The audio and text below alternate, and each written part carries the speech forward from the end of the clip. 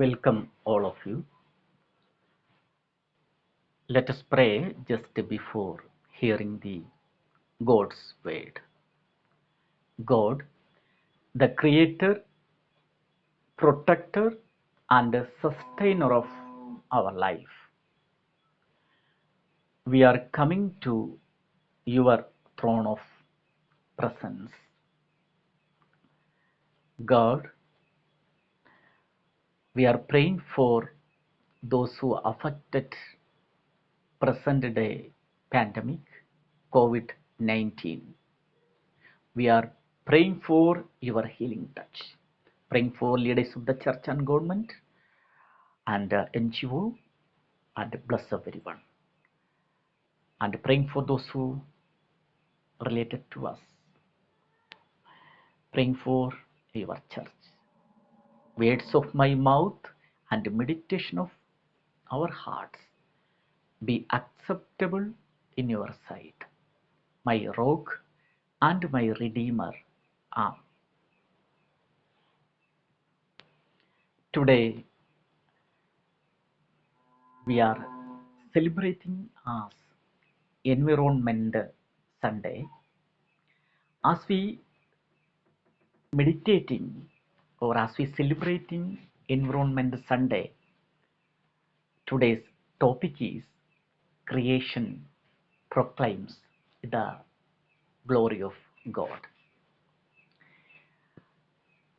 Proverb 8 says, God has created in his wisdom in order.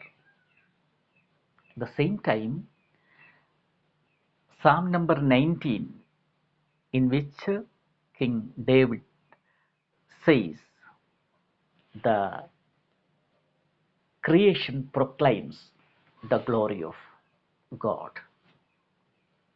The book of Revelation, chapter 21, verse 1 to 8, that is also says about the beauty of the heaven and new heaven and new earth. The same time, the glory of God is different and glory of human beings is different. Glory of creator is different and glory of creation is different. And glory of heavenly things different, and also the glory of earthly things is different, that found in the Pauline letters. The term glory in the Bible is to describe the splendor, holiness, and majesty of God. The glory of human beings is spoken based on their position, wealth, strength, and length of life on this earth. Jesus said to his disciples about the beauty of the lilies of the field. Further said, even Solomon in all his glory was not clothed like one of these that lilies fashioned in the field. Bible is beginning with the beautiful narration of the gardens of Eden. At the same time, at the public ministry of Jesus, we have seen so many gardens in the New Testament.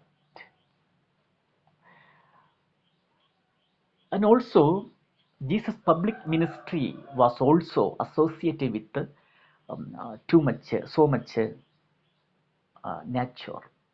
His, the places of uh, Jesus' ministry was the place of that great mountains, valleys, wilderness, river, lake, and different places like seashore that we can find out.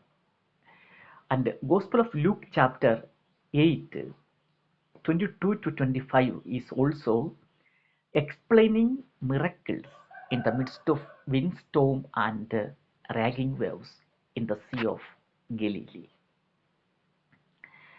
When we study about that authority of Jesus over storms and the beauty of the place Galilee, Jesus conducted the major part of his ministry in Galilee, and Jesus' home and early youth life was at Nazareth, Lower Galilee. Much of his public ministry was located at the northwestern end of the Sea of Galilee at Capernaum. It was Jesus' own city. According to the first century historian Josephus, there were 204 villages in all Galilee. Sea of Galilee is a harp-shaped freshwater like a lake in the district of Galilee. It is a harp is a musical instrument. The Sea of Galilee is known in different names. Galilee is one of the most beautiful landscapes of the entire Middle East region. It is the place of milk and honey, fruits, grains, and vegetables, fish and uh, sheep and goats. Jesus calmed the storm was a miracle over natural powers. God's glory is seen in miracles. Jesus did a large number of miracles in his earthly ministry. Gospel of Luke chapter 8 verse 22 to 25 is that um, it is also one of the miracles related to nature, and the miracle over windstorm and raging waves. The Sea of Galilee had witnessed for natural related miracles. Jesus walked on the water in this Sea of Galilee, and Jesus calmed the storm. Miraculous catch of fish, that is uh, before and after the resurrection of Jesus Christ. uh, Jesus Jesus did twice that these miracles, the Sea of Galilee, and also that a miraculous the catch of fish, and also coin found in the fish's mouth to pay tax. That we know Jesus said to disciples to go and catch a fish, you will get a coin. That that is also nature related, and some other nature related miracles are Jesus cursed the fig tree, and Jesus did the miracles to feed the multitudes through that of five bread and two fish. That so many times Jesus did that miracles we found. Luke chapter 8 verses 22 to 25 is dealing with Jesus' journey with his disciples across the lake of Galilee to the other side of the lake. While they were sailing, Jesus fell asleep. A windstorm swept down on the uh, lake, and the boat was filling with water, and they were in danger and shade of death. That found the Gospel of Luke chapter 8 verse 23.